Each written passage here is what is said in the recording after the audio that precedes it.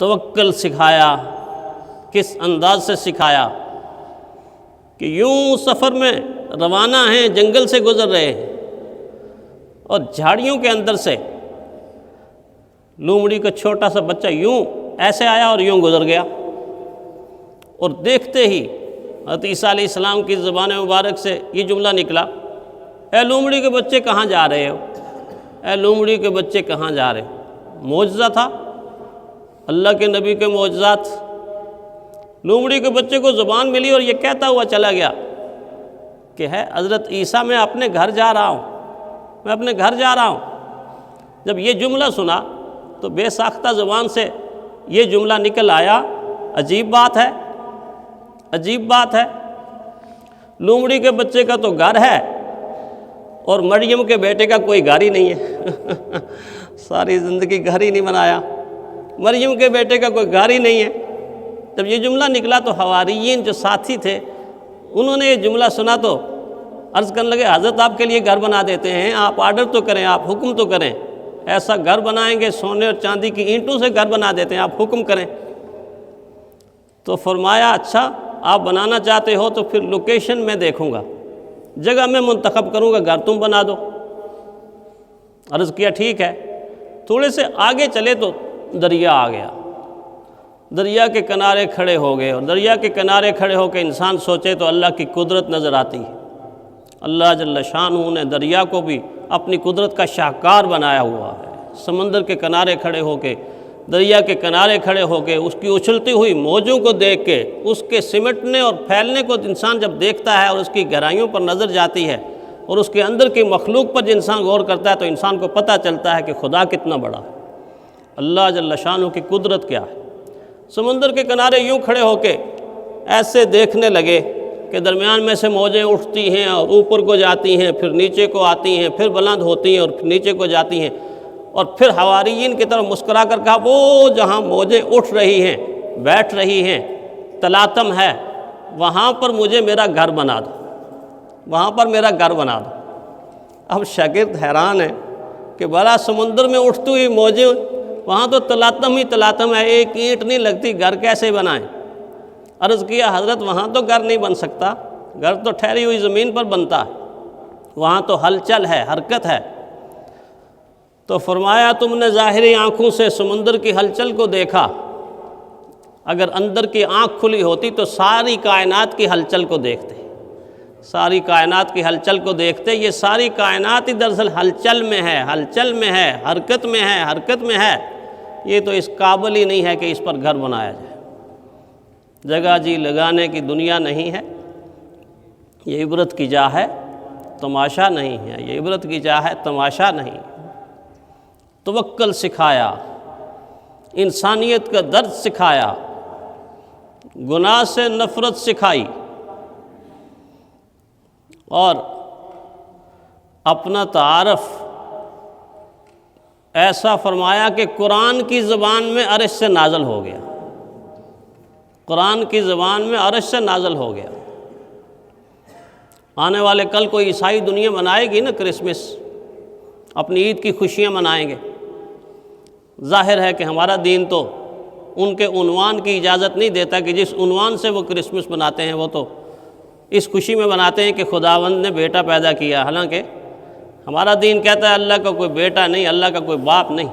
قل هو اللہ احد اللہ الصمد لم یلد ولم یولد ولم یکن لہ کفوا احد، پوری سورہ اخلاص نازل کر دی۔ اس کا کوئی کنبہ نہیں، کوئی قبیلہ نہیں، کوئی ہمسر نہیں، کوئی ساجی نہیں، کوئی اس جیسا نہیں، کوئی اس سے پیدا نہیں ہوا، وہ کسی سے پیدا نہیں ہوا۔ خدا ہو اور پھر وہ پیدا ہو، وہ خدا نہیں ہو سکتا، پیدا ہونے والی مخلوق ہوتی ہے۔ تو وہ اپنے عنوان سے پوری دنیا میں خوشی منائیں گے، لیکن میرا اور آپ کا فرض بنتا ہے نا، ہم امت دعوت ہیں، ہم ملنے جلنے والوں کو دعوت دیں کہ آئے اس عنوان سے خوشی منائیں کہ جو عنوان عیسیٰ علیہ السلام نے خود دیا ہوا ہے، خود دیا ہوا۔ وہ عنوان ہم آپ کو بتائیں گے، ہماری کتاب کے اندر لکھا ہوا ہے، ان کی عیسیٰ علیہ السلام کی پوری تقریر، خوبصورت تقریر، انی عبداللہ، میں اللہ نہیں عبداللہ، اللہ کا بندہ ہوں، انی عبداللہ، اللہ تعالیٰ کی ذات کو پتہ تھا کہ آنے والے زمانے کے اندر لوگ ان کو ابن اللہ کہیں گے، اللہ کا بیٹا کہیں گے، یعنی خدا مانیں گے۔ خود عیسیٰ علیہ السلام کی زبان سے انی عبداللہ، میں اللہ کا بندہ ہوں، میں اللہ کا بندہ ہوں۔ تو پھر آئیے نا اس عنوان کے ساتھ خوشی منائیں کہ عیسیٰ علیہ السلام اللہ کے بندے ہیں، اور اپنا نام عبداللہ ذکر کر کے ایک نسبت حضور کے والد سے بھی جوڑ دی۔ وہ کیسے؟ حضور تو بعد میں آئے نا، لیکن رحمت کائنات صلی اللہ علیہ وسلم کے والد گرامی کا نام کیا ہے؟ عبداللہ، عبداللہ۔ کتنی نسبتیں ملتی ہیں۔ یہی وجہ ہے کہ قرآن عیسائیت کو اہل ایمان کے لیے زیادہ قریب بتاتا ہے۔ وَلَتَجِدَنَّ أَقْرَبَهُمْ مَوَدَّةً لِّلَّذِينَ آمَنُوا الَّذِينَ قَالُوا إِنَّا نَصَارَىٰ، محبت کرنے والوں میں سے اہل ایمان کے لیے وہ لوگ بھی ہیں کہ جن کو ہم نصارہ کہتے ہیں، عیسائی کہتے ہیں۔ ان کے دلوں کے اندر محبت کا ایک پہلو موجود ہے، اگر اس پہلو کو تھوڑا سا چھیڑا جائے تو وہ لپکتے ہوئے آپ کے سینوں کے ساتھ آ کے چمڑ جائیں گے۔ آپ تاریخ پڑھ کے دیکھیں نا کہ دین اسلام کی دولت سے مالا مال ہونے والے دوسرے مذاہب میں سب سے زیادہ عیسائیت ہے۔ عیسائی مذہب کے ماننے والے سب سے زیادہ جوک در جوک اسلام کی طرف بڑھے ہیں اور اسلام کو اپنے سینے سے لگا لیا ہے۔ پرانے زمانے کی بات چھوڑیں، دور حاضر کا دیکھیں، کہاں سے وہ خاتون چلی ہے یون ریڈلی جو افغانستان کے پہاڑوں میں گئی اور ان افغانیوں کے کردار سے متاثر ہو کر دین اسلام اور قرآن کو سینے سے لگا کر عائشہ کی بیٹی بن گئی، مریم بن گئی۔ آج وہ دین اسلام کی مبلغہ کہلاتی ہے، دین اسلام کا پرچار کر رہی ہے۔ آج اس کی راتیں سجدے میں گزرتی ہیں، اس کے دن روزے سے گزرتے ہیں۔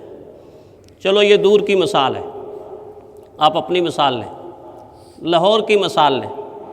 کبھی ایک نوجوان ہوتا تھا، وہ بڑے چھکے لگایا کرتا تھا، چوکے لگایا کرتا تھا۔ نوجوان اس کے چھکے اور چوکوں کو دیکھا کرتے تھے، اور جب وہ نصف سنچری بناتا تھا یا سنچری بناتا تھا تو یوں سلیب کا نشان بھی بنایا کرتا تھا۔ آج وہ نوجوان محمد یوسف کہلاتا ہے۔ اس نے کرکٹ کے گراؤنڈ کے اوپر جب سنچری بنائی تو پھر یہ چھوڑ کے سیدھا سجدے میں گر گیا ہے، سیدھا سجدے میں گر گیا ہے، محمد یوسف بن گیا ہے۔ اس کی راتیں بھی سجدے میں گزر رہی۔ اللہ نے اس کو بڑا نواز دیا، بڑا نواز دیا۔ ایک نوجوان پشاور سے آیا اور ظہر کی نماز میں مجھے ملا ڈبلیو بلاک کی مسجد میں، ڈی ایچ اے میں۔ تو مجھ سے پوچھا، میں نے یوسف سے ملنا ہے۔ میں نے کہا کیوں ملنا ہے؟ کہنے لگا میں نے اس کے ہاتھ پر اسلام قبول کرنا ہے، میں عیسائی نوجوان۔ میں نے کہا تم صبر کرو، نماز میں وہ آئے گا، میں آپ کو اس سے ملا دوں گا۔ ظہر کی نماز میں وہ آئے تو نماز کے بعد میں نے ہاتھ پکڑ کے یوسف کا کہا، میں نے کہا آ جائیں میرے ساتھ۔ میں لائبریری میں لے گیا اور وہاں جا کر بتایا یہ نوجوان پشاور سے چل کر آیا ہے، میرے اور آپ کے آقا کا کلمہ پڑھنے کے لیے آیا، آپ سے متاثر ہو کر آیا ہے، متاثر ہو کر آیا ہے، آئیں آپ اپنی زبان سے اس کو کلمہ پڑھا دیں۔ وہیں بٹھا کر محمد یوسف نے اس کو دین اسلام کی دولت سے مالا مال کیا۔ بلکہ اگر ان کی طرف رجوع کیا جائے عیسائیت کی طرف تو تقریباً 200 کے قریب نوجوان، مرد، عورتیں اس گناہگار انسان کے ہاتھ پر اسلام قبول کر چکی ہیں اس زمانے میں، اس دور کے اندر۔ اس سے آپ اندازہ کریں کہ ان کے دلوں کے اندر اسلام کی تڑپ اور طلب موجود ہے، پیاس موجود ہے۔ رکاوٹ کیا ہے؟ دیوار کیا ہے؟ رکاوٹ میں ہوں، رکاوٹ آپ ہیں۔ دیوار میں ہوں، دیوار آپ ہیں۔ اس کی وجہ یہ ہے کہ وہ اسلام کی طرف آنا چاہتے ہیں، مگر جب اسلام کے ماننے والے کو دیکھتے ہیں کہ یہ دھوکہ بھی دے رہا ہے، یہ فریب بھی کر رہا ہے، یہ خیانت بھی کر رہا ہے، یہ جھوٹ بھی بول رہا ہے، یہ قتل بھی کر رہا ہے، یہ پڑوسی کو تنگ بھی کر رہا ہے، یہ دوسروں کو ایذا بھی دے رہا ہے، وہ کھڑا ہو کے سوچنا شروع کر دیتا ہے کیسے قبول کروں، کیسے قبول کروں۔ اس طرح کے ہوتے ہیں مسلمان۔ صحابہ تو وجود کے اعتبار سے سامنے آئے تھے نا، کونو مثلی،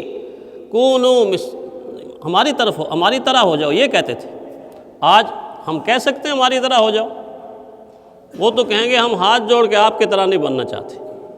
اگر آج ہم اپنا کردار زندہ کر دیں تو عیسائی میری کرسمس کہنے کے بجائے انی عبداللہ کی طرف آ جائیں گے، انی عبداللہ کی طرف آ جائیں گے۔ ان کو عیسیٰ علیہ السلام کا ایسا تعارف پیش کریں، یقین جانیں قرآن حکیم نے حضرت عیسیٰ، حضرت مریم اور حضرت عیسیٰ علیہ السلام کے نانا حضرت عمران کا وہ تعارف پیش کیا ہے کہ جو تعارف بائبل کے اندر ڈھونڈنے سے بھی نہیں ملتا، ڈھونڈنے سے بھی نہیں ملتا۔ عیسیٰ علیہ السلام کی ایسی سیرت کہ پیدائش سے پہلے کی سیرت قرآن حکیم بتا رہا ہے، بطن مادر کے حالات قرآن حکیم بتا رہا ہے، پیدائش کے حالات قرآن حکیم بتا رہا ہے، پیدائش کے بعد پیش آنے والے حالات قرآن حکیم بتا رہا ہے، جوانی کے حالات قرآن حکیم بتا رہا ہے، نبوت ملنے کے حالات قرآن حکیم بتا رہا ہے۔ اور جب مصائب اور مشکلات کا شکار ہوئے، بعض دفعہ زمین انسان پر اتنی تنگ ہو جاتی ہے کہ انسان بے بسی کا اظہار کرتا ہے، من انصاری الی اللہ، قرآن کہتا ہے جب تنگ آگے لوگوں سے اور ظلم کی چکی کے اندر پسنا شروع ہو، کون ہے میری مدد کرنے والا؟ من انصاری الی اللہ، قال الحواریون نحن انصار اللہ آمنا باللہ واشہد بأننا مسلمون۔ ساتھی کھڑے ہو گئے، ہم آپ کی مدد کرنے کے لیے تیار ہیں اور ہم مسلمان ہیں۔ تو گویا ان کی اس زندگی کو بھی قرآن حکیم نے بیان کیا۔ اگر یہ ساری تعلیمات جو قرآن حکیم عیسیٰ علیہ السلام کے حوالے سے، حضرت مریم کے حوالے سے اور حضرت مریم کے والد حضرت عمران کے حوالے سے پیش کرتا ہے، اگر یہ پیش ان کے سامنے کی جائیں اور اخلاق کو اور پیار کے ساتھ ان کو بلایا جائے تو آج بھی وہ مجھے، آپ کو، ہمارے دین کو، ہمارے آقا کے نظام کو سینے سے لگانے کے لیے تیار بیٹھے ہیں۔ صرف اتنا کرنا ہے کہ اپنے کردار کو اچھا کر کے ان کے سامنے دعوت رکھ دینی ہے۔